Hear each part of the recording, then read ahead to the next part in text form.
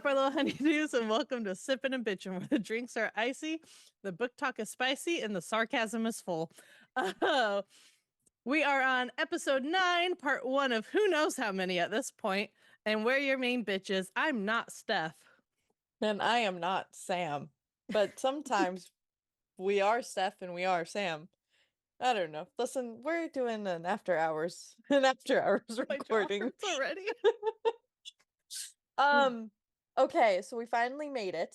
Born of Blood and Ash has come out. It came out on the 13th of August. If you haven't read it yet, where have you been? I mean, honestly, you could maybe not afford it. And if you can't afford it, I'm sorry. This is going to be a completely spoiler-filled episode, not free, I'm sorry. spoiler-filled.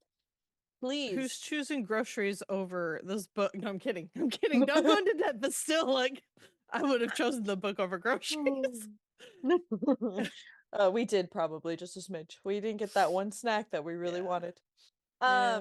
Like Sam said, honestly, who knows how many parts we're going to have of this book. This is going to be a deeper dive than typically we do, only because this is our first, well, technically we're doing a second reread of it. First reread, second read of it.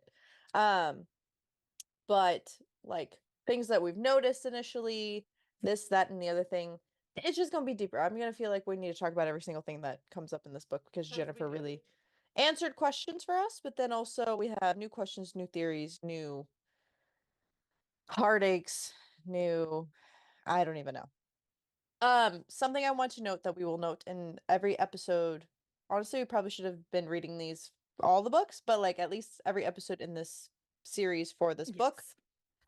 Jennifer has a note to the reader, and I'm just going to mimic this note to the reader because note to the listener or the watcher. This book contains themes and or discussions that some readers may find difficult to read. While there are no graphic scenes, there is mention of sexual assault, suicide, the death of children, and discussions of verbal, psychological, and physical abuse. And then there are resources that I will put in the description down below so that you can distribute if you will, utilize if you need. But something I think, especially in this book, first reread is a lot of her time with Colas and the effects, honestly, her time and Ash's time and like the effects that had, details that we didn't necessarily see or read, see or read In the in the last other book. books. Yeah. So just be wary of that. And honestly, I don't remember the chronological timeline of all of it, so I'm gonna just give that warning every Yeah. episode No, it's for best to all do it because parts. it's a very reoccurring theme in this Mhm. book, especially. And we all know that Jennifer doesn't take this topic like lightly. She handles it very well and very truthfully. And because she handles it very truthfully, it can get very heavy sometimes. And it's not something that in some fantasies it's like, I had a magical thing happen and it's forgotten about. Like it talks about how getting over this stuff can be a lifelong thing. And I think that was very done well, but it's very heavy. I cried a lot during this book, but it's very important to the story. So, unlike the last book where we kind of skipped over a lot of those scenes, we're not going to be skipping as much in this book. No, I think, and that's the other thing is I, not that we diminished the value or the weight of any of those impacts or whatever, but these books have been out for a while. So what we wanted to do is kind of just do a little cliff notes, like getting us to this point to Born of Blood and Ash. Um, which is yeah. So we're just gonna go a little bit deeper and then maybe cry. Maybe see us cry. Maybe this will be the first online cry we'll If have. we cry, do us a favor, listen on Spotify. You don't need to see that on YouTube. True, we're ugly criers. Yes. We sent All each right. other so many snaps of us crying throughout Oh, this book. it was terrible. Oh, Okay. Also, the fact that this episode is coming out, we are going to start sharing quotes that we found impactful in the book. Typically, if it's a newer book, I won't share, or at least for me, I'm not going to speak for Sam. I try to not share it until X amount of time. I know with movies, it's typically like a 2-week grace period. I just wanted to like let everyone catch up, sort of, and then marinating in it. yeah, and then any quotes now that were impactful with my reread or my read, I'm gonna share or feel free to share on Instagram. Okay, let's get in because We've got we a have lot to cover. We have a bet going to see how far we get in this episode, and we yes. both know we're both gonna lose. So Correct. Something Jennifer did in this book is she has like a prologue that's not labeled a prologue, like in the last book where each thing was like present, and it was just kind of like headlines. It wasn't like chapter 1, chapter 2, chapter 3. The very first quote unquote chapter, I've called it a prologue, is The Asher. That's the yes, title, and it's from Nyctos's POV. Um, shocker. and no one's surprised. The very first paragraph literally says Nyctos, also known as the Asher, the one who is blessed, the guardian of souls, the primal god of common men and endings, the primal of death, and currently the god of being really fucking impatient, didn't want to be standing in the hall outside his bedchambers. So essentially, Ash has left Sarah to go talk to Nyctos.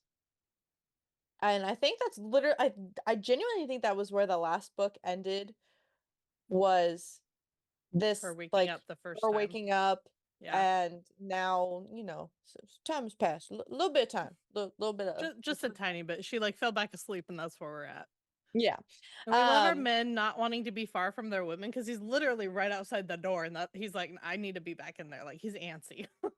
well, and that's the thing too, and a recurring theme in the book is like the I don't know if I just didn't notice it, but I think I noticed it more in this book, but Ash's ability to pick up on her emotions is so much more heightened, Mm-hmm. like since she's ascended, and since she's I mean, she's gone through a lot of traumatic shit. I'm not trying to say that she hasn't gone through traumatic shit, but Right. like I just feel like I didn't notice him reading her as often, and I know that he tries not to in general, but the fact that she can't block out like she used to really Yeah. signifies like her And struggles let's right be now. honest, like it's not it's been the same thing through the whole thing is he's not reading her emotions. She just really sucks at hiding them and projects them at him basically that it's like, what do you want me to do? You're basically yelling at me with these emotions. She has a megaphone. Yeah. Traumatized. But mood. Oh no, we have the same megaphone. Same. Okay, so he goes to leave to go talk to Nectus. It's literally only been a handful of minutes, and he is reminding himself, as cliff notes of the last book, that they're the fact that they're heartmates um defied fate. Like he does not have a cardia or a heart. So the fact that he could ascend her despite it all is a reminder of their sheer strength, both between the both of them. Because Mm-hmm. listen, Sarah could have died. Like, let's not belittle that at all. Um, so Nectus is kind of giving an update. Everyone, and we'll see more of the others in a few chapters here going along. But Nectus is kind of giving an update on the realms. Like Collis has fled. Callum, who freaking knows where Callum? Well, I guess we kind of know where Callum went, but that's not until later. Yeah. Um, and Ken and Attis aren't doing anything. Um, and there's a lot of what happens is like they're going forward, but then the between Ash and Sarah, they're also taken back to like reliving how they have overcome their struggles, but they're still focusing very much on the struggles because like we haven't had any Yeah. time to process our emotions. Can we just discuss how y'all need to take the time to process your emotions? Where would they have the time between when they have a moment of peace? Someone's attacking someone else. Listen here, they're having a lot of sex, which They are also having a lot of fine, sex. fine. Can we talk Looking about at you. can we talk about how you don't realize until they get to my favorite part of the book when they finally acknowledge something that I've been yelling at them to acknowledge since the last book, that you realize how little time has passed since she left the mortal realm and came there. Like it's only been Oh, like yeah, yeah, yeah. a couple months at most, like maybe 3 months. Which is so I think that it really signifies like don't borrow tomorrow's problems today. Like I think that that quote really encompasses like the trajectory of the book because when you're reading it, you don't really think about time Yeah. necessarily. Like, especially when she asks, like, how long have I been sleeping? And he's like, oh, just like 30 minutes, but like really it's, been Been whatever, a couple however long. days. But I also think that when you're immortal, they say it in this book, and I think they say it in all the other books, like time feels different. And I Yeah. think that the way she wrote the book like lends itself to that fact. Yeah. Like Aos even says herself, because like stuff with her and Belle happened like Yeah. decades ago. And she's like, well, to us, that just feels like last week. It might as well have been last week. So Yeah. it really gives you a sense of like time is different and it's crazy how much can happen in like a short amount of time. So yeah. Um, yeah, and so they're having this conversation, and Nectis kind of was just like, you were about to bite my hand off earlier for even knocking on your door. And Ash is all like, I'm so sorry. We were getting reacquainted, low key. But Yeah. So sorry. um Ash reassures, not solidifies, reassures Nectis that the oath that he made to Nectis about Colas paying for what he's done to Nectis and his family, like that, he's still, I love that. that's still a priority to him. Something that I thought was beautiful is the bond between Nectis and Ash. I know we get into like the bond between Sarah and Nectis and all the Draken, but I think that in this prologue he says that Nectis knew where his mind had gone. He needed no bond for that, not when the eldest Draken was like a father and a brother to him. Let me just say, a father and a brother, and the span of immortality is the only realm that I think that makes sense. Yeah. I was just like, I read that the first time and I said, That's I don't think that that's kosher. Like, I don't Let's go. I'm like, I was just confused. I was just a little confused. Oh. No, it does But, make sense because with the lifespan, like when his father had died, Nectus had to take over that role of like taking care of him. But then after a few decades, he you're got kind of older. grown up, so it becomes more of a friendship. But I that's think what it's I'm like when saying. you're a kid, your parents are your parents, but when you become adults, if you have a good relationship with them, they're more like your friends. Yeah, yeah. I see what you're saying there. However, me and my mom have that kind of relationship now. Correct. But like, I feel like there's a level of like still respect. There's like a boundary still there. And I think that when you're immortal, like Ashes, like it just transitions in like a way. I don't know. Listen, it No, just I get you. Sorry, I was gonna make a very inappropriate comment about your dad. I was gonna be like, you and your dad are buddy buddy. You talk about everything with him around. If y'all don't know, my father passed away 11 years ago, and I'm not diminishing my loss, but at some point you have to laugh so you don't cry. He is up here on the shelf, right? Oh, I don't even know if you'll see it I don't think they on the can see video. it. No, But if it he's happens here. to be in the He's here frame, with us. he's there He's our on the number shelf. one fan. Never She missed is an not episode. wrong. He really hasn't, so neither should you. Anyway, moving on. Sorry. Another key thing going back to bonds, Nectis like can sense that Sarah's dreaming and that she's restless. And their eyes are And blue. yeah, that was mentioned in the last book when she was like gaining when the embers were flaring up. Like she could see his true eyes, Yeah, true they're showing it form, now true. too. Like they're Yeah, permanently that way now. which I think is lit, by the way. Hmm. Anyway, so Nectis is like she dreams and she's full of unrest, and Ash is like, you've bonded with her already, and Nectis goes, we bonded to her the moment she was born, we just didn't know. My initial thought don't come at me, but my initial thought with this was born as the true primal of life or born as in born like birth, because it could honestly be two different ways. And then I thought about it, I was like, it was born like born, and they just didn't know what that feeling was that they had. Yeah. Yeah. It's So kind of like with Poppy and with the Wolven, how they felt something towards her, but they just couldn't tell what. Like all those zippy, shocky zaps that they had. when I first read that, I didn't really think like I was like, huh?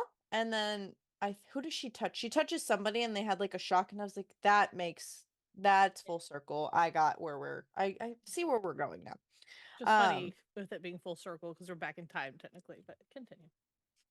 oh, this is like a complete mind fuck in terms of Yeah. timeline. Like I'm thinking of things from other anyway. Yep. Yep. Um And Nectus, I love. Okay, it's so funny to see this version of Nectus versus the Poppy cast version of Nectus. But Nectus says, "Our loyalty to you is forged in the sacrifices you made and from the strength of your will, Ash. Our bond to you was earned and is no less powerful than an autumn." And Ash goes in Sarah, and he says she has earned it despite not having to. And I just love like Softy Nectus is like Mhm.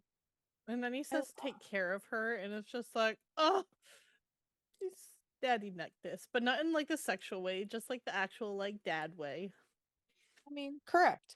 Um, and then okay, so she's full of unrest, and um, Ash goes back into the room, and Sarah is whimpering, and all she does is scream a word no, and Ash is all like pissed, and he like wakes her up. Mm-hmm. Um, I think. something. Oh, go ahead. No, I was gonna say, uh, she does this in the last book. Mm-hmm. She continues to do it in this book, but we're going to see, honestly, I think in this first chapter, um, she does this thing where she diminishes her trauma and she diminishes the impact it had on her, which I'm like 95% positive she did in the last book too. And I think Poppy even does it too. Like they realize people have it worse, so they Yeah. don't feel like they have a right to feel some type of way about their situation. And like they go into it later in this book. But what broke my heart the most is that she was scared that Ash wouldn't see her the same. Mm-hmm. Um, and that my heart just broke. Like coming to that realization where you go through this whole traumatic experience and you're wondering if your partner is going to look at you the same. Yeah. That's stressful. I'm stressed. Like, they don't blame you, but still, like, it's like, oh, are they going to have that in the back of their mind that you're in that situation and now there's something wrong with you? Like, it is like she keeps doing this, like, I'm fine, it's fine, it was nothing. And that's what really gets to Ash later, is her saying it's nothing because she thinks it's nothing because certain things didn't happen that happened to like Eos and other people that were there. But that doesn't mean what you went through still isn't something that affected you. And I feel Yeah. and it's hard for Ash because he's gone through his own stuff, so he knows what it's like to be in Colus's care. And so he wants to be able to help her, and she's not letting him in. And he even doesn't, he's afraid on some level to know the things that were done to her because he loves her so much that he didn't want any of that to happen to her. He even says it when he's going to wake her up. He said he wanted to know what she dreamed about, yet a weak part of him didn't. And I think that was a Yeah. very vulnerable moment for him. Well, he had to check himself because his rage also like Yes. could hurt her, but also life couldn't like exist without death and vice versa. So his rage could ruin the realms. Mm-hmm. Like this is like dicey. Like, is Yeah. life and death really supposed to fall in love with one another? Probably. But at the same time, it feels like the most beautiful companion ever. Like, It's like yin and yang, and together exactly. they just There's complete one balance. another. Something like that. Anyway, chapter one. Anyways. Oh, great. Are we only to chapter one? Yep, Well. we are. It's fine. These first few chapters are really just kind of a reiteration of the same theme. Mhm. Sarah kind of wakes up from this dream and she was just, trying to figure out like how long she's been out. Ash is very much like you need to rest. Um, even though like she was in stasis for days, but stasis isn't really like a restful sleep. And her body was going through a bunch of drastic changes. Um, and they have this conversation about like how she doesn't feel like resting and how Ash makes a comment saying, "We have time, we have as much as you need." And Sarah has this internal thought dialogue with herself that says, "Time, what a funny concept. Sure, we had it, but how much? Not nearly enough." And I think that she's still obviously like there's an impending war on their hands. Like I get it, but also they can't live in the moment. And I think that's Yeah. actually the worst. Like Yeah. coming from They someone don't get a moment of peace. They're just like, okay, we got to no, move on to the next thing. coming Who's from trying to someone kill who us doesn't today? know, like how to just live in the today or like live in the present. Like Yeah. really puts it in perspective. Which They is need a fun. long R&R after this. Um, and also then she's triggered because Ash makes a comment on her beautiful hair. Ash has always loved her hair, and Sarah tells him that Colas hated her hair, because it was different from Satoria's, and Ash just gets really angry as he does. Um, Mhm. and Sarah, and I think this is important because Sarah feels protective of Satoria, who's now in the Star Diamond, Yes. and Atis has kept put it somewhere safe. Um, but she's very much not placing any blame on Satoria. Like Right. she's guarding her. And I don't know if that's like a I lived in her shoes or next to her shoes or like side by side with her, but like her empathy, and is it empathy? Empathy? Sure, we're gonna say Yeah. empathy for like her situation and like her circumstance. Like I think that this is the first time where she sees somebody who is struggling just the same Yeah. as she has. I guess she wasn't known by a lot of people and Poppy was like veiled from a lot of people, but like this is just another full circle again. Sorry, my brain just like I think that we're gonna have a lot of those, honey. um Because but yeah, no, Satoria hasn't had a chance for peace either. She's had to live, like, her soul hasn't had a chance for peace because that she's thing had to has been live so many lives to hide from him. mm-hmm, Like, so she was just kind of like, she deserves peace. Like, none of this, she didn't ask for these primals to change her life like this. true. They really didn't. Um, and then we also see Sarah's senses starting to heighten in terms of her vision being better. She like can see more things. Her fang, she literally pricks herself with her fangs all the time. Mood. Um, and then she also has this memory or realization, sure, whichever both, about Shadowstone and how it's a combination of things, including people being melted by dragonfire, which is very unsettling. I just want to let everyone know. Her hearing improves. Um, and then in terms of like sensing subtle shifts and like around with people around them and like environment, like that comes later, and understanding the Draken also comes later. It's called telepe, which I want to say I'm pronouncing that right. You want to know why? Because I'm thinking telepathy, and that Yeah. only makes sense. Is telepe, and if it's not telepe, pretend I Listen, pronounced it right. Jennifer decided to fuck us over and added more words that we can't even look at without going, huh? So, yeah. What we say is what's true. Let's go with that. Yeah. Telepe. So, Continue. yeah, It's a so notum. she's talking to Ash about like how all of these improvements, like the timing and comparing like how long his was versus hers. Honestly, she proves that she's more advanced. Let's just be honest. She's more advanced. And Except she's for a the slay. vision. Apparently, Ash's vision was immediate. Whatever. Then you know what, Ash? But yes, no, Suck the it. embers matured while they were in her, so she's getting a lot of things quicker than a baby primal usually would. Correct. Um, and so then they go into a not a heated discussion, but a rather back and forth, if you will. Because if you remember, she told Ash to like find somebody else to love when she dies. And he was just what the fuck? Like, I'm not gonna do that. You're the only one for me. Why are you whatever? He actually says, and I quote, "There's no one else for me but you. There never has been and there never will be." She says the same thing back. And he was like, "That's why I'm still angry because you wanted me to like find love." And he's like, "Are you seriously telling me that you weren't gonna haunt my ass if I found Hmm. somebody new?" Um, and they go through this whole thing about being altruistic beings and like how like they're fierce, they're stubborn, they're super kind and they sacrifice a lot, but like you have a little bit of monster in you, you're capable of cold quick retribution, and I'd be lying if I said forgiveness pumps just as hotly in your blood as vengeance does. um and Ash tells her, "You give without thought and you take without hesitation, and Liesa, you're possessive." So like, she's like, okay, I might have haunted you. And Ash is like, no shit. And she goes, but I would have done it lovingly. As any of us would.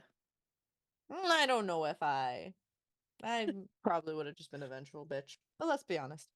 Um, then they're talking about Sarah having the beautiful gift of foresight from Ethos, which is called Vendentia. Also, again, might be pronouncing it wrong. Nope, Pretend we're it's correct. pronouncing it It's right. correct. Continue on. Badensha, continue. Um, and then she senses someone um ancient or she senses something ancient, and then she swooshed away. I don't know why I said swooshed Swooshed like away. that. Like, Swooshed away. she was Yes, swooshed away. darkness descended after she felt something ancient. And Ash is not happy, but he didn't get a chance to express that unhappiness. No, you Because gotta she take was time for boom, that. gone. Um, so yes, she couldn't figure out where she was, but it stunk and it was thick. The stench was. I hate that when there's like the smell and it's thick in the air and they like feel like ugh.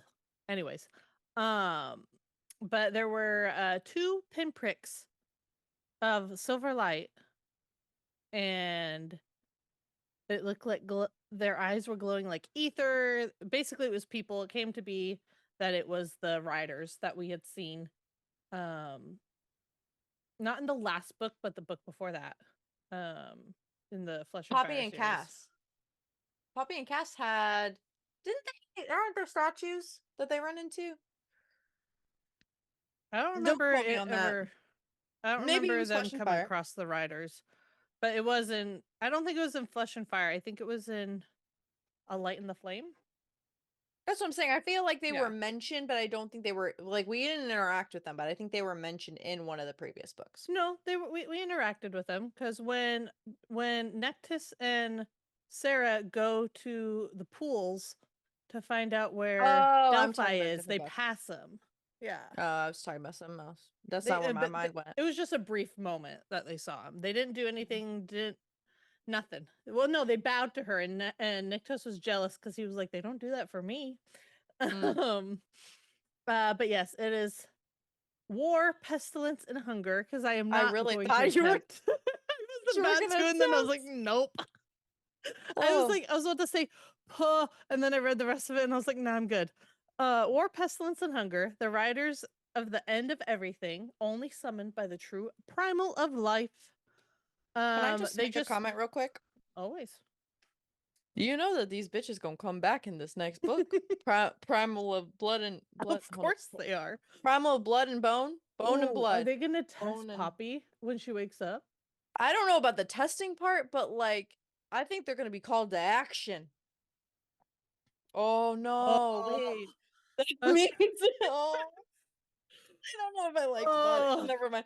Everyone just ignore my comment because now I am sad about my. I We say continue. a lot of things that we're like, oh my gosh, and then we instantly realize what that means and we're sad. Um, anyways, they said that Nyctos is fine. And they keeps telling her to prove herself. You must prove yourself. That's like prove yourself worthy. Like they slowly add a word to the sentence every time they say prove yourself. But it's more just Um, reiterations of the same damn sentence. yeah, they said prove yourself worthy of the crown and bearing the weight of life.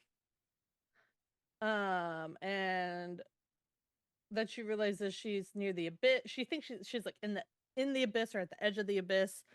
And they keep saying, "Prove yourself." They throw a sword literally at her, but stops like right before her. And then this beast, it's a three-headed beast that pops up, and the beast was massive, at least twice as tall as I was, and had the body of a draken. It's Powerful legs. giving Hydra.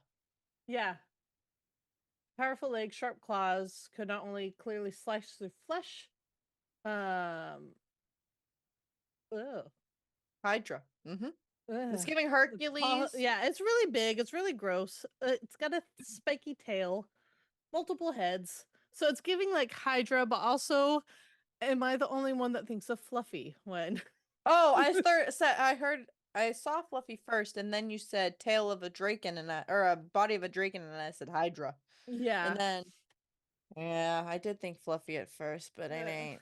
It I ain't wish it was. Well, Fluffy. although no, I don't want her to cut the heads off Fluffy either. So we'll go with Hydra. But she has to fight it. She has to defeat the beast. She cuts a head off, but it grows back, and she realizes she has to go for like the middle head. Um, and the writers are making comments like she had missed something, and he said disappointing, and she goes, "Comments are unnecessary." At least her sass Because you stays got to think intact. about this homegirl. She's literally in one of Ash's shirts, and that's it. That's all she's in. So she's doing the best she can. But she is able to take off the middle head, and the beast changed. It shrunk down, claws turned to hands and feet, scales disappeared, and it turned into none other but Our that fave. fucker. Sure, that fucker, our fave, Tavius. Okay, wait. Well, you know what we should do? Sorry, this is a sidebar, but Oh like no. y'all, I want the sidebar to include the audience. We should rank the bitches of the series. Like we Oh my should like gosh. from like our quote unquote favorite to like our least favorite. Like you know, or like maybe like the most impactful to the least impactful, the ones we hate the most versus the ones we don't hate as much. See, I wouldn't know where to put Callum because I hate him almost the most, but I also don't hate him the most because of everything. Because things are coming to light. Anyways, yeah, that's a good idea. Let's put a rank out there eventually. Mm-hmm. But yes, it is Tavius. He's on his hands and knees, violently gagging as the whip that he had used on her when he was still alive. One of the last things he ever did, comes out of his mouth. It's like working its way back up. It's real gross. And she was kind of like, I have no problem like taking care of him. She starts to like kick him, and she's not using a sword. She's like, no, I want to like bodily hurt him. And that's what she's doing. And the writers keep telling her, you got to prove yourself, slay the monster. And then she kind of realizes that she's had her revenge. She got to get the killing blow on him. Nyktos gave that to her. And if she killed him now, his his spirit, his soul, like all it would be gone. He would just be done. And she didn't think she wanted that to be on her. She remembers Ash's words saying, "Do not allow this to leave a mark." Um, and that's when she said, "I got my revenge. I had it. He had it coming, and my hands delivered it." And so she says that she won't do it. It's not her place. And they tell her, "You're the true primal of life. You may not rule the realm of the dead, but your will supersedes all." Which, talk about heavy right there. Like, excuse me? With great Uh, power comes great responsibility. okay, And I will she's not Peter quote Parker. Spider-Man. I was gonna say I will quote Spider-Man until the end. Oh, yes. Um, and then they call her something which turns out to be the Great Ruler and Great Condemner. It's like the Agna Udex and the Agna Addis. Addis? How would you I say think that? Addis. I think it's Addis. Addis? Mm-hmm. Addis. So the Mm-hmm. Great Ruler, the Great Condemner. Mm-hmm. It is your right as you rule all. You hold within your hands the ability to reward and to condemn. And they said you didn't hesitate before. Why are you hesitating now? Um, and You she just know, says, I will not condemn him. Like, I will not be girl the one that power. does that. Yeah. And they tell her, you've not slain the monster, but you have wounded it. Because of that, you have been found worthy of us answering upon the time you summon us. They're doing this weird thing where one takes a sentence. So It's it breaks like it up very weird. going back into Hercules with the fates in Hercules cutting the thread, and they're all just Hercules. parallels. Uh, but Let's yes, so not you've go. not slain the monster, you've wounded it. Because of that, you've been found worthy of answering upon the time you summon us. And it said, within seconds, she was alone in a torchlit cavern, alone with the knowledge that the monster that she had been ordered to slain had been the one inside of her. Okay, so hear me out. This is the beef that I have with this chapter or this test. I fully understand. We're going to learn this in the next chapter, so I'm just going to kind of give you this segue. I'm going to give you this transition.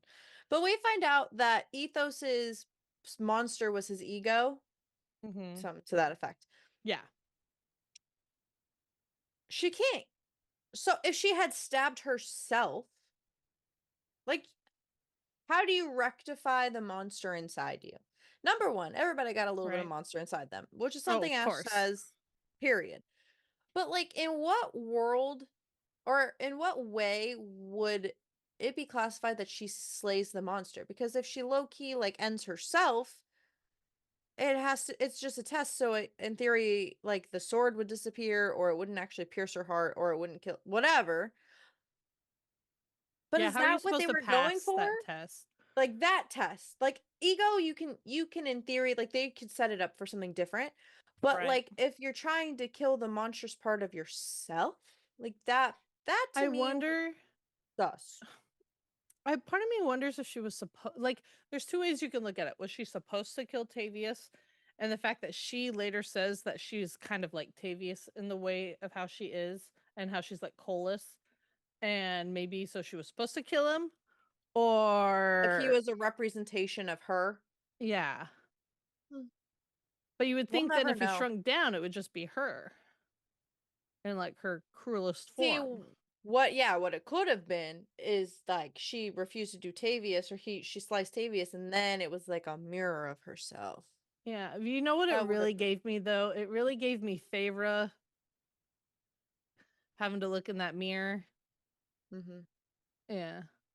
Mm. Find out she's the Anyway, beast. Yeah. that was my 2 seconds of I was like, excuse me? Yeah. But anyway, chapter 3. Yeah. Chapter 3. She's standing there waiting for something, but she was reflecting on what just happened. And she said, I was amused by the symbolism of the multi headed beast, that one could inflict as much damage as they wanted to other heads, the parts of themselves that reacted to turmoil and conflict by inevitably causing more pain and heartache. One could continuously hack away at themselves, but it was the center head they had to face head on. It was sort of like treating the symptoms but never the disease. And Tavius? Maybe they're answering our questions here. I exhaled loudly, folding my arms over my chest. I doubt he had actually been the bastard. He was still somewhere in the abyss, living his worst life. Either way, he'd obviously represented the part of me that could so easily be provoked and reacted violently to feeling of helplessness. Yes, but her killing him in that Right. moment would have been feeding her Yeah. violent So she chose the right tendencies. thing to not. Correct. So then I'm confused because they say they only wounded it. So does that mean by cutting off his hand that was like a knock off? Like if she had come up, Right. you know what I'm saying? Like if she had Maybe come not to that started conclusion beating on him. prior. Yeah. Like it's very like that's where my confusion I guess lies. Also, can we just discuss between Poppy and Sarah, they are mortals getting sucked into this supernatural world, right? I mean, they know the Hmm. gods exist, whatever really taken this real well. Like she says at the beginning of this chapter that she should have been disturbed, but the fact that she was not disturbed, like she was amused by this whole transaction. Come on, girlfriend. Anyway, Our girls are a little maniac. Like maniac. Anyways. So she's sitting there kind of like, okay, like who how do I get out of here? You just abandoned me in the abyss. Um, but as she starts to like make her way out, she appears on the balcony of her room. correct. And um she says she saw some flying creatures before she left, and she knew that those were the Sekya? Saka- Yeah, S- s- that yeah, Sakya is how Sekya. I would say it. Um, but she knew them by a name to mean like a shrew or a fury. So that's very interesting. Those are the things that aren't those the things that people would be afraid would come and sit on them? I don't know. I mean, those are the Just things hoping. that people. I think those are the things that people are like scared of, but like I don't think that they really did any. Anyway, Anyways, she's back at the bedchamber. She sees Ash is asleep on the bed. Was it one of But those things that they made like a was it maybe I'm crossing books, but like that they would pick you up in a field and like take you away or something. Never mind. I it think it's might have another been creature. because that's technically what these do. My favorite creature they'll come across later because it makes me laugh because of how they're seen in the other books, but we'll get through it later. Yeah. um yeah. Uh so no, she's back at the bedchamber and Nectus comes shifting in. Hi, Um Noctis. We missed Hi you. Nectus. And he says, Miali, I saw. It is so good to see you. And she goes and she starts to hug him, but then stopped, but she wanted to. I think part of her still has a hard time with some physical contact. Our girl hasn't had a lot of it. But she I said there was think this, their relationship though. Like I think it was like, yeah. would he think I'm freaking weird if I go to hug him?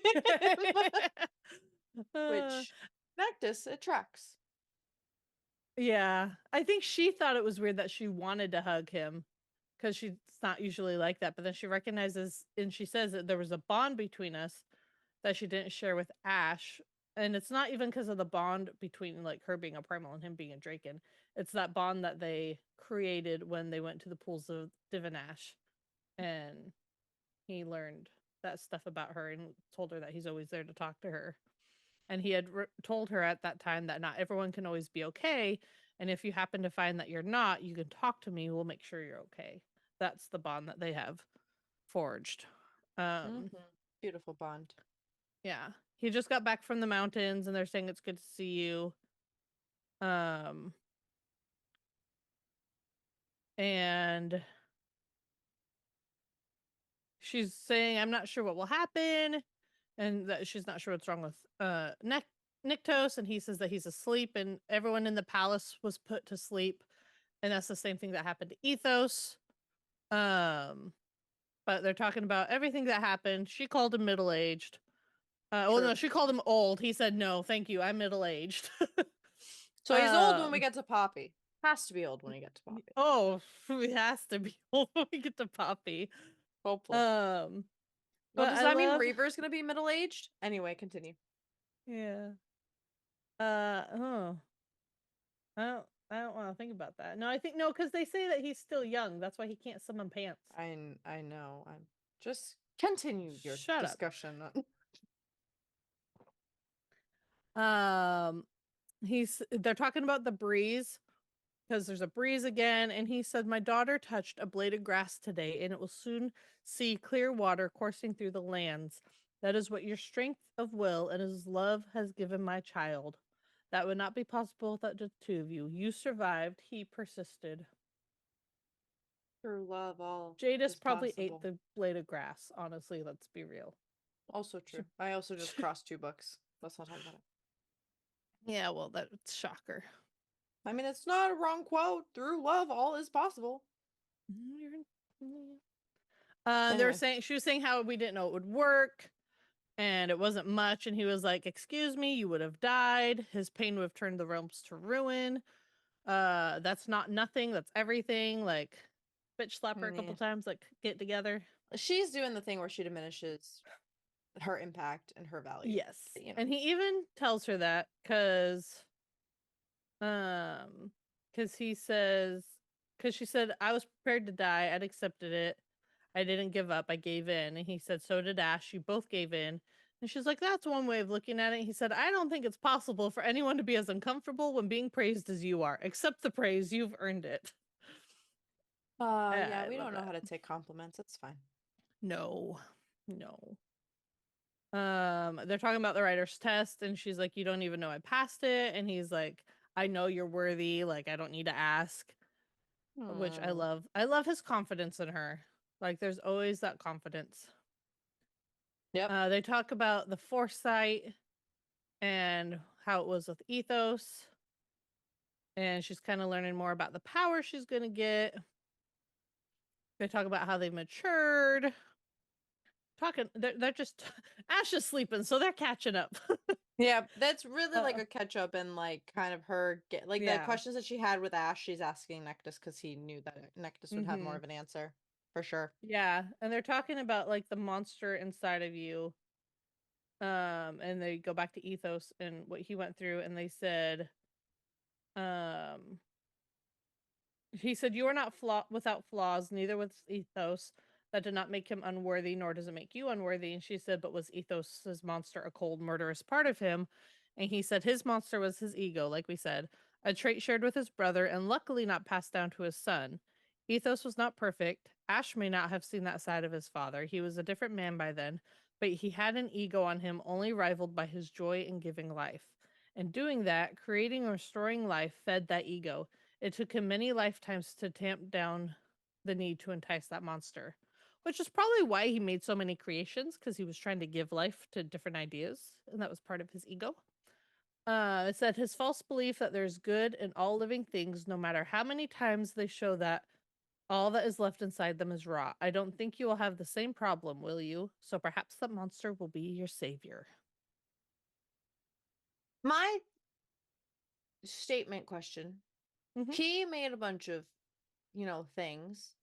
Oh, but he was the life and Colas was death. Never mind. I answered my own question comment I'm proud of you. with my thought. I'm so full circle. I just like when they keep talking about them. Sarah goes, "Maybe your dad should have stopped making things." Yeah, Yeah. I mean that's kind of where I'm at too. So, chapter 4 focuses a lot on Sarah coming into her powers and harnessing her emotions.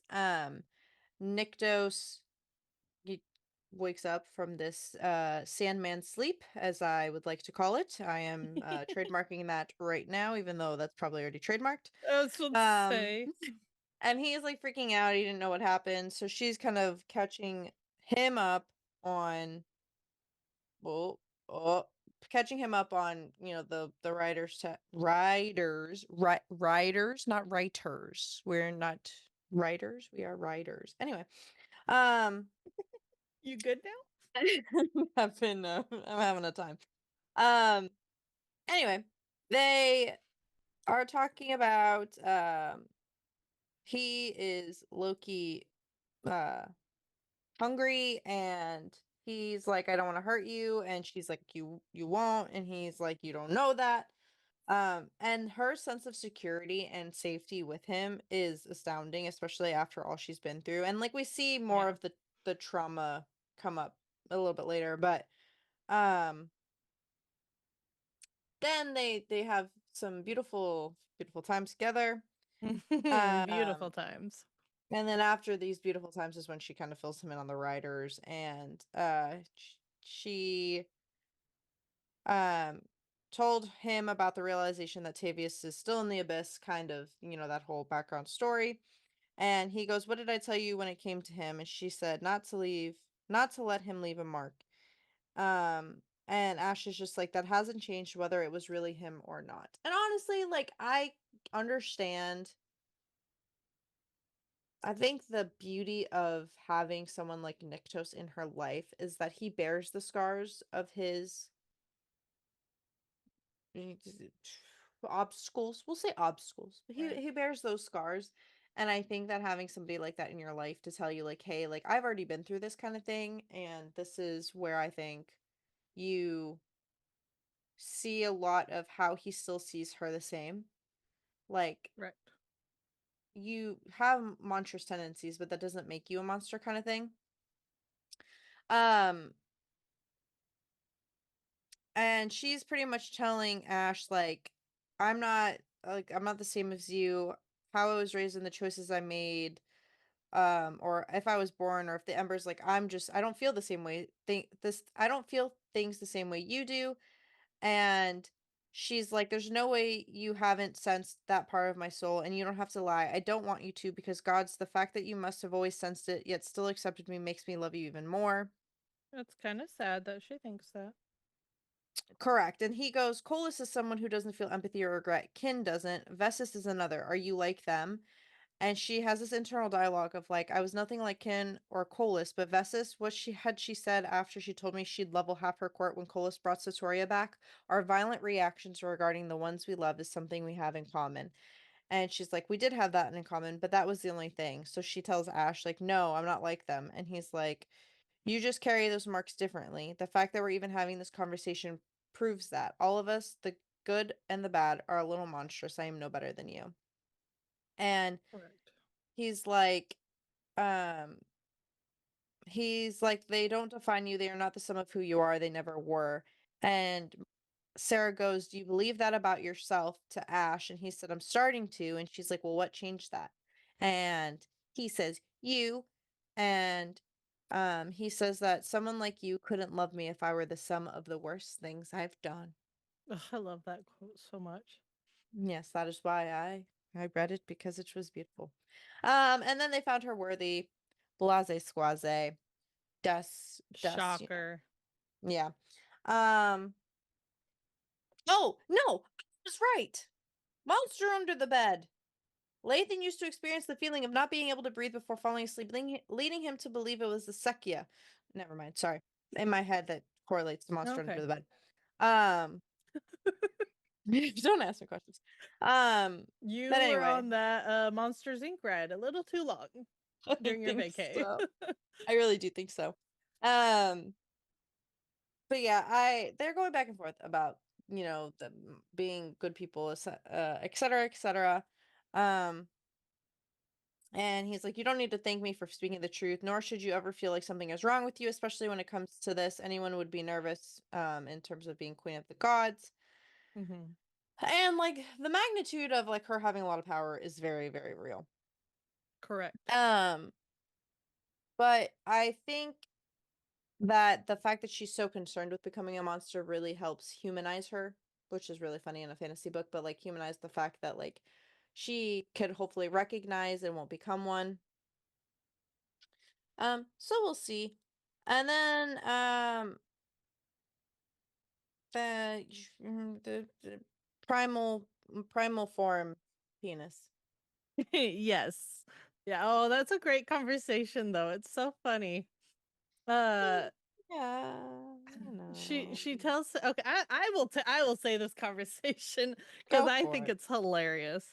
Go for it. Because he's saying like I have something important to say, and she's like, "You're wrong, mine's more important." He said, "Prove it," and she's just said, "Your cock." And he was like, what did I hear that right?" And she says, "It's bigger when you're in your primal form." And he says, "It is, I never noticed." And she says, "Really? It's mostly bigger, Ash. There's no need for modesty." I love her. And then he asks her which one she likes more, and she's like, "I don't know. I gotta experience it all more times to and do it." Yeah, And so that's what they do. yeah. And she says there's no choosing. They're both perfect. They also talk about the Ascended and the Chosen and how she's going to handle them. And Ash confirms that when his father ruled, the Chosen were not prevented from interacting with others, and they only went to the temples the year of their ascension, where they were taught the customs of Elysium. Um, What a thought. and it also, the purpose was to ensure that there were always gods serving in each court that remembered what it was like to be mortal. I think the fact that this book says this, and then we go to Poppy and Cass's book, and we're like, where did this go?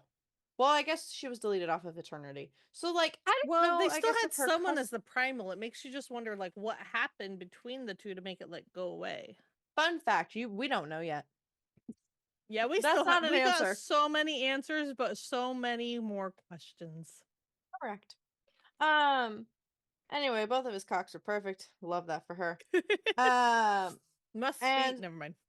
anyway, then she keeps having panic attacks and how she has to keep telling herself that she's not there. She's not Colus's willing prisoner anymore. She's not, she'll never be there again. And she's saying that dwelling on her time served no purpose when she needed to focus on figuring out what to do about Colus and that he couldn't be killed, not without a god of his original court to ascend.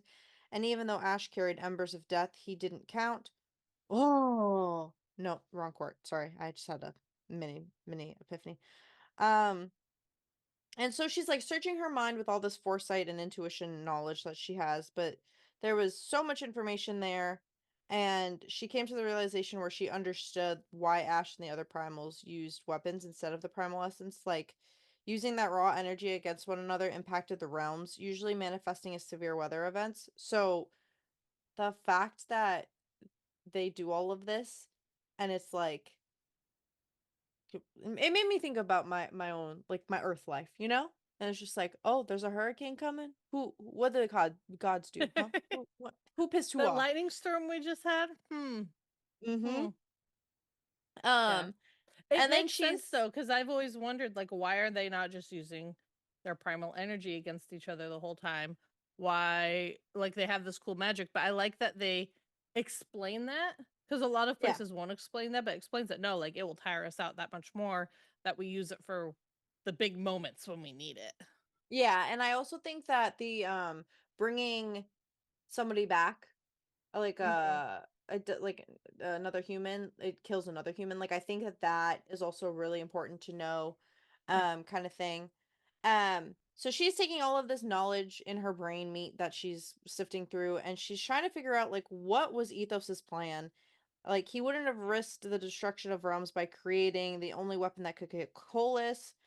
And now my thought is, now that I've read this book, that probably wasn't his plan, and the ancients threw a wrench in it because that's what they freaking do, Ugh, like these they did at ancients, the man. end of this book. But we'll get into that later. Okay, I'm not mad. We Okay, I'm don't not have mad. grudges against people.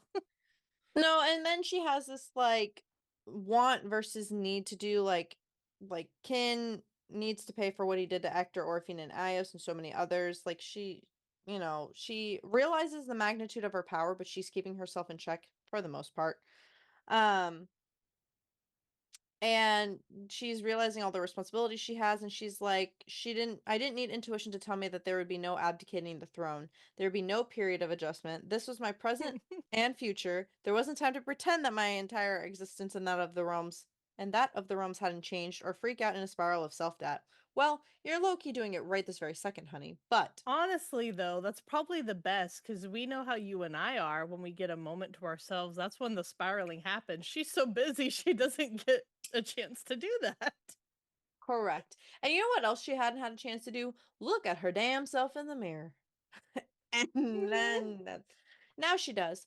Um, she opens her eyes, and the first thing she saw was the golden swirl of her marriage imprint on the top of her right hand. Her hair was nearly silver, pale blonde nightmare mood. She looked the same. Um, That post sex but serum. the bruises were gone. She looked at her fangs, and her eyes changed, which is a really big part. Um, her eyes were still green with streaks of silver, now splintered the irises, giving them an almost shattered effect, which I actually want to see like art of that because that sounds really cool. Also, do you think Um, Poppy's gonna have those eyes instead of it being full silver? I hope so because I love her green eyes and I love the thought of like the shattered. she So I think has to it's inherit that. she She has to. has to inherit that. Yeah. Um, and so the chapter ends with Sarah going, "Well, okay then. This is also who I am now. I can deal with it. I will deal, and I would because I had to. The realms depended on it, I honey." love how it's not a I'll do it because I can and I'm strong. It's like I have to. I don't have a choice. I mean, yeah, it's a real Oh, struggle. yeah. So then she comes out of the bathing chamber and she's like to Ash, "When were you gonna mention my eyes?" And he was like, I I told you earlier did. that they were beautiful." And she was like, "It That's didn't that's even." men. That's Yeah. men. They think saying, "Oh, it's beautiful." There, I told you everything you need to know about your eyes. Like, no, Yeah, that's not helpful. she's like, "I just assumed you were being sweet. It didn't even cross my mind that you were saying it because they look broken." And he's like, "Your eyes don't look brokenly. I said they are as beautiful as they were before, just slightly different now." Um, And they're assuming it's because she was once mortal, which I'm more and more not believing that she was ever mortal, but that's neither here nor there. Then she's asking questions about his scars because she can, see different things, and it was a whole Colas interaction with his Draken. And hold on, this is where I have a theory. Okay. Oh, I already wrote. So you get a rundown of Colas's Draken, right? You got Nab, which is Nap, but also the asshole, one of Yes. the assholes, and then you have Diaval. Sounds like Yeah. diabolical, also an Mm, asshole, and then you have yep. Sax, the quiet one. Do we think we have a Sax redemption arc that is so small, but he switches sides at the last minute to like help Poppy in her endeavors? I think that'd be cool. I think because that was one of Ethos's that You would Colas think took. when okay, so when she became the primal of life, did the bond that the Draken had with all the other primals break because there's a new primal of Like life, or did they? reset? Yeah, I think she supersedes everything, but I don't know. but their bonds that they have to their individual primals like stayed in effect. Yes, unless it's part of her court. Then I think that Okay. then it would supersede. With Colas being underground, though, that in theory would break. My thought is it broke. But like, where did they go? Interesting. And Dival, whatever, is he the one that's in the cuff, or is he the other, or is he a different one? Which one's the one in this? Diaval, I think is the one in the cuff. Blonde one. Okay. The blonde-haired fucker with the prettiest Then maybe hair.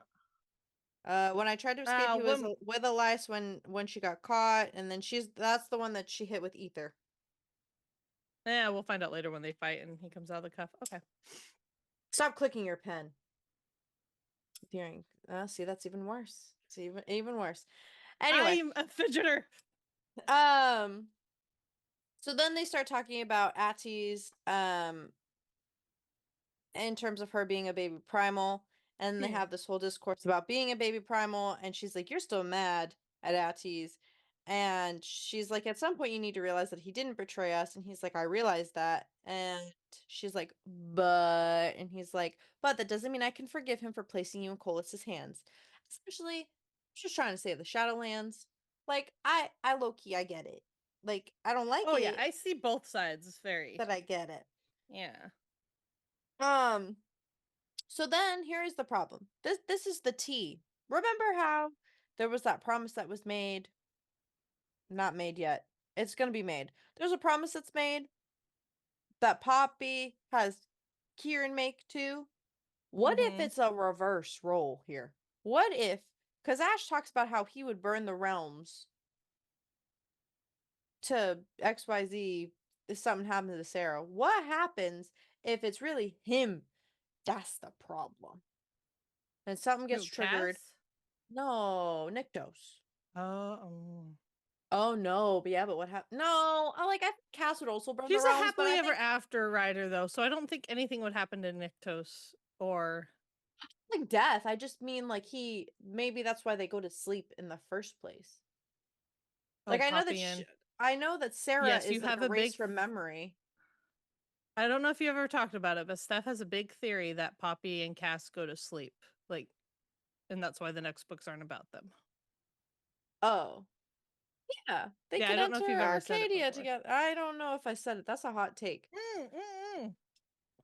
Not let's not have them enter Arcadia because that's like them being dead, or they're just out of the Well, realm they could not. completely. I want them still in the realm to like interact with. Well, yeah. I mean, one of the two things. In terms, I just mean like they're at peace is really Do the what I'm trying Wolven to go say. to Arcadia? Anyway, so now Belle is the ruler of Serta. That's a whole messy mess, but we love Belle. We Yes, learned and that she is now a Nectus. primal. Because before she was something but not, but now that Hanan's dead and Hanan, I'm why did I say Hanan? I But think since I he said died and Hanan. she was the primal of life, she has risen to primalhood now. You mean because she ascended? Yeah. Well, because she ascended, but she didn't rise to primalhood because There was somebody Hanan was still in still that. in. Yeah. Yeah. Now that You he's called her a dead, she primal has of life. Sarah when Sarah ascended to the primal of Mhm, life. mhm, mhm, Like, mhm. yeah. Shut up. Anyway, Continue. then we learned that Nectus talked to Ash during his stasis, which I think is the sweetest thing. I also like that's referenced in Poppy and Cass's book. Mm-hmm. It's still Briefly. sweet. Yeah, I feel like that was briefly. Nectus tells them. Yeah. He said Um, to talk to her because that's what Nyktos ne- did for Sarah, like I did for him. yeah, okay. I was gonna say I think it was like a chain thing. Um, and then we learned that ancients weren't primals, but also stars. We also learned that the array are the ancients, which she can't tell Ash because she feels a disturbance in the force that's telling her not to tell him. Sus. How many Um, other movie references can Steph fit into this book? which means Holland was isn't is was is an ancient. Um, So scary. Bro, I really think that he's a big bad, which really sucks because he's with Mhm. um what's her name? Penelope. Penelope, yeah. I think there's some sussy sus happening.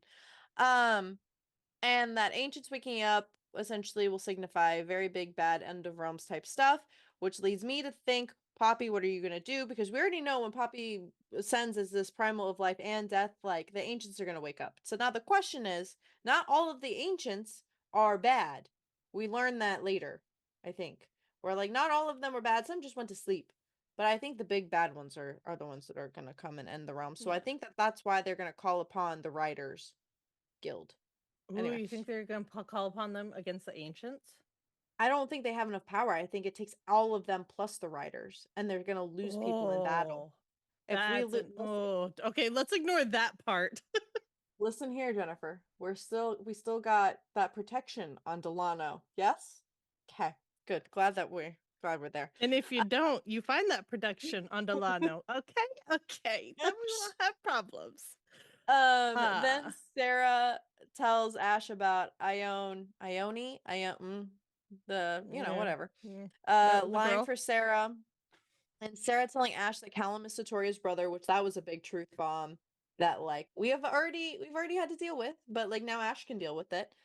Um, and that feelings when creating revs makes them not normal revs. Like if they're, this is where making Millie, making Callum, it just seems to make sense. You know what I'm saying? Correct. Um, and this is, hold on, I might need to find the actual quote.